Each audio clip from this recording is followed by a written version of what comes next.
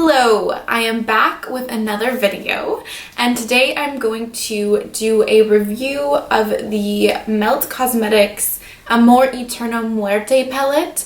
I apologize for any of the horrific Spanish pronunciations that are going to occur in this video. Your girl doesn't speak Spanish, and I really, actually, genuinely apologize for the butchering of these names. However, let's get talking about this palette. I know it might be a little too late, but I figure better late than never, because I'm really excited about this palette and I really want to talk to you guys about it.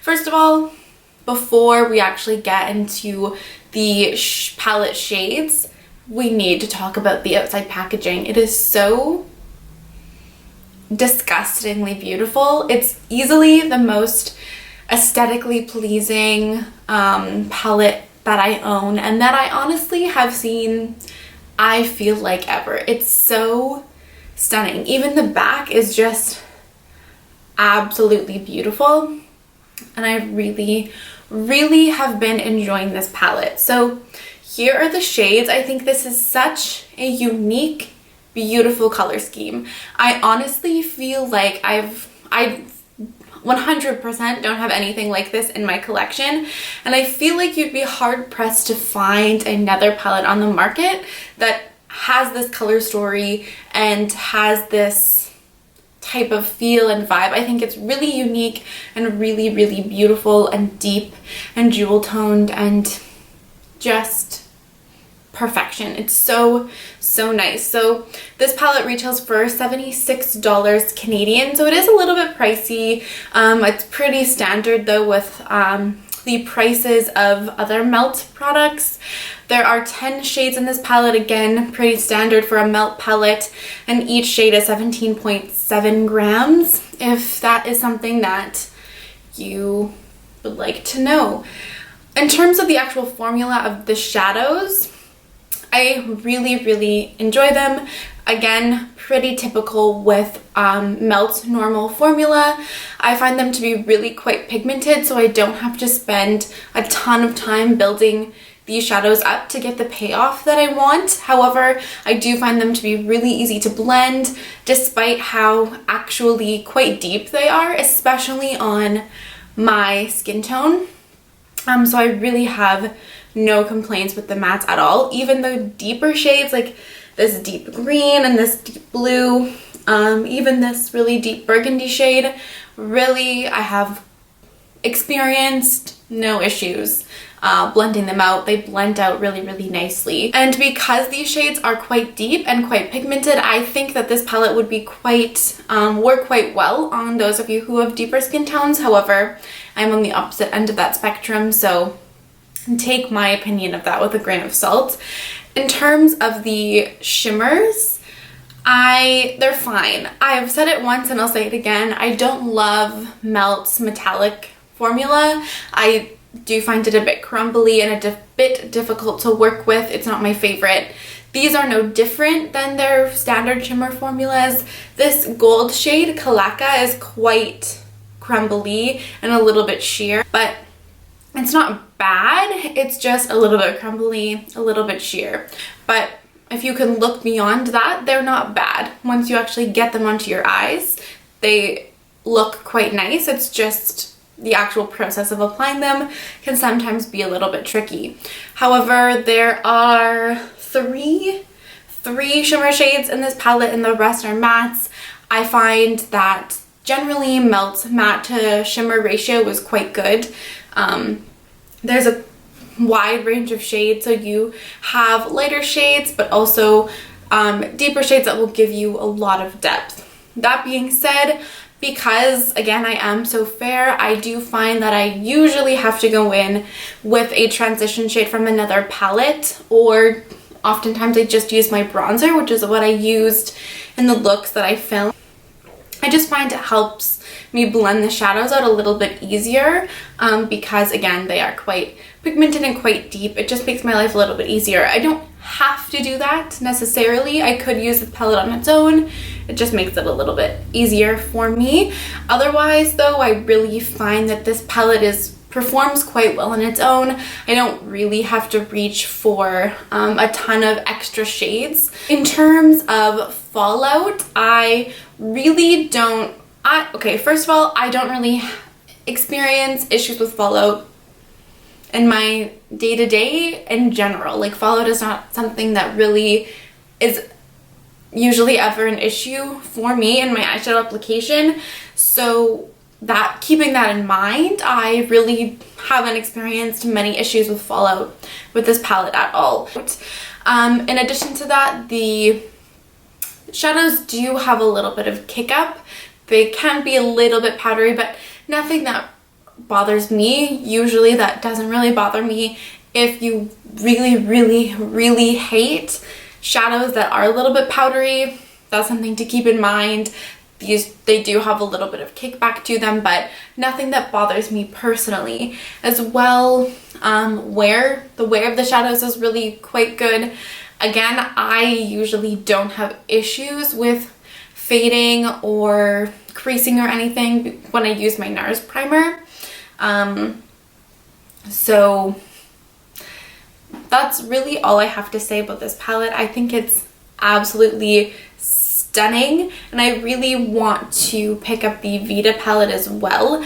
I thought that these palettes were limited edition. However, when I'm looking on Sephora, I don't see limited edition anywhere, so that may have just been in my mind. So as of right now, I don't actually think that these palettes are limited edition. I think they're permanent. Please correct me if I'm wrong, but that really makes me happy because I think these are, well, this palette is really special. And I think it would make a great addition to Melt's line. And yeah, I really think that if you are interested in picking this palette up, or if you have been eyeing it for a while, I don't think anyone would be disappointed by this. It's also just a really good companion palette to have, because I feel like it has a lot of the shades that I often find that I need to reach for other palettes, such as a deep forest green, a deep navy blue, and these are really solid shades that I find myself reaching for when I use other palettes as well.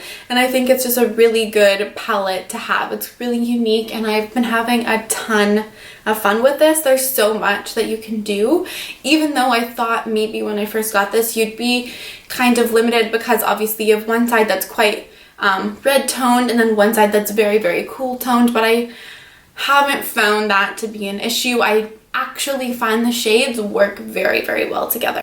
Okay guys, and that concludes this video. Hopefully it was kind of interesting, kind of informative. Overall, as I've said many times, I really like this palette. I've really been enjoying it, and I've been having a ton of fun, and if you are interested in picking this up, I would encourage you to do so because it's so nice. Okay, and I think that's all I have to say. So I will see you guys next time, and please enjoy the looks and the swatches. Bye!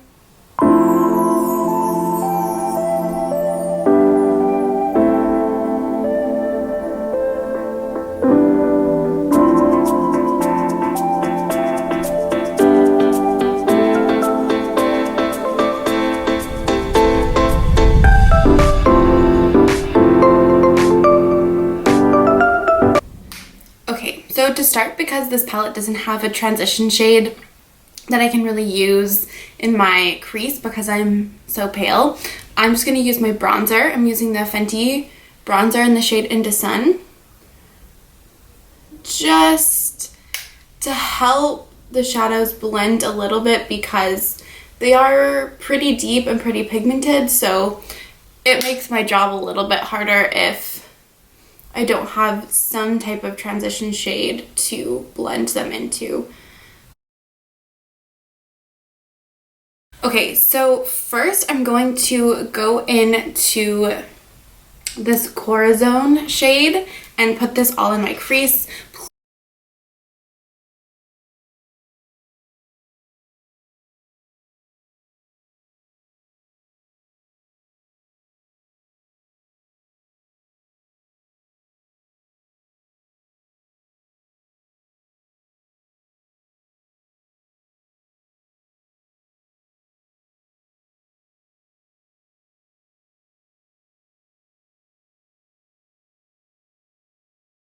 And then I'm going to go in with a totally clean brush and just blend the edges out.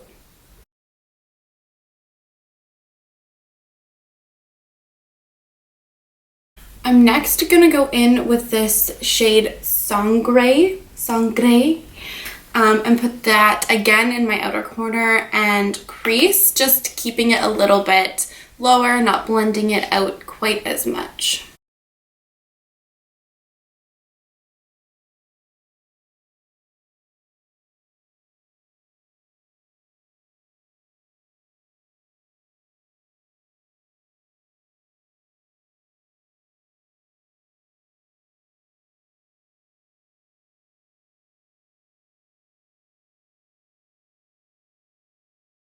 I'm going to go back in with the same brush I used with the Corazon shade and just blend out the edges of Sangre, but I'm not taking any additional product. I'm just blending out the edges. And now I'm going to take this teal greeny shade, Angelito, and I'm going to wet that and put that on my lid where I just cut my crease.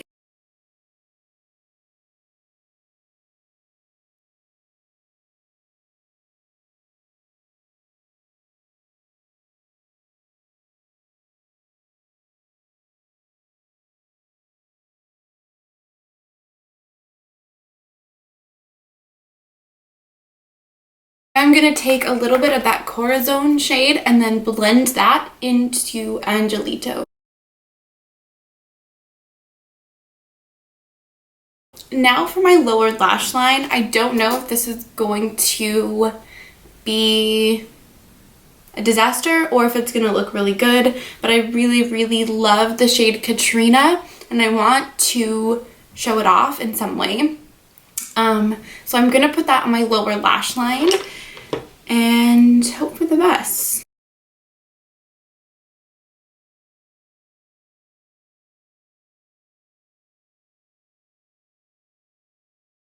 And then I'm going to blend out my lower lash line a little bit with a little bit of the shade Lagrimas, just to blend the edges of that blue shade out.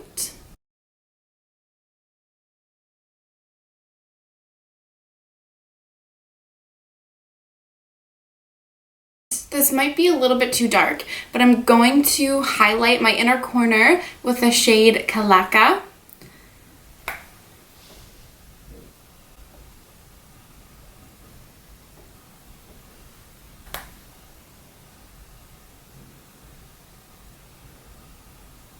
Okay, so I'm going to put on liner and mascara and maybe lashes. I'm not really feeling lashes, but I feel like they look kind of close for them. And then I will be right back. Okay, so I just put liner on and mascara. I didn't end up doing lashes. I really am just not feeling it today. And I also highlighted my brow bone with the Melt Stargazer highlight. This, I've talked about it before because the shade that I highlighted my inner corners with, Calaca, is a little bit too dark, I think, for me to highlight my brow bone with that. And then, because I feel like there's a lot going on with the eyes right now, I'm just going to use the Fenty Beauty Diamond Milk Gloss on my lips.